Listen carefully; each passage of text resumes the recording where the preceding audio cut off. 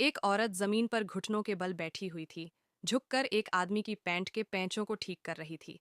वह इतनी बेबस लग रही थी जैसे उसका चेहरा जमीन छूने वाला हो। मोनिका को ऐसी जिंदगी से नफरत थी, लेकिन वह कुछ करने में असमर्थ थी। अगर उसने गैंग के दूसरे लीडर की बात नहीं मानी, तो उसका अंजाम बहुत बुरा होता। जीने के लिए मोनिका को नाइट क्लब में डांसर बनना पड़ा, ताकि वह अपने कर्ज चुका सके। ठीक उसी समय गैंग के दूसरे लीडर ने उसे देखा।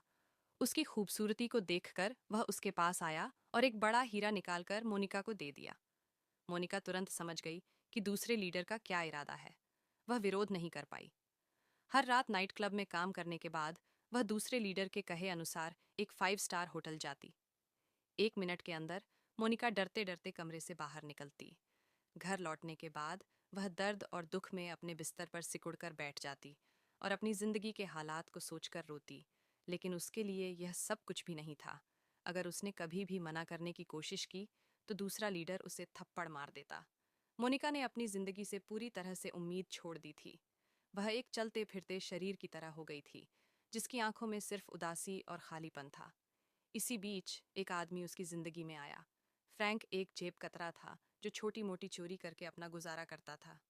अपने साथी के साथ वह आंखों और इशारों के जरिए लोगों के पर्स या सामान चुरा लेता।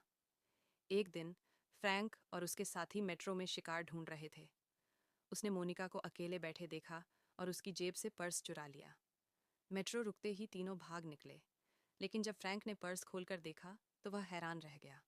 उसमें सिर्फ एक लाल रंग की डायरी थी। डायरी के पन्नों पर लिखी बातें पढ़कर फ्रैंक को मोनिका के लिए एक अजीब सा लगाव महसूस हुआ।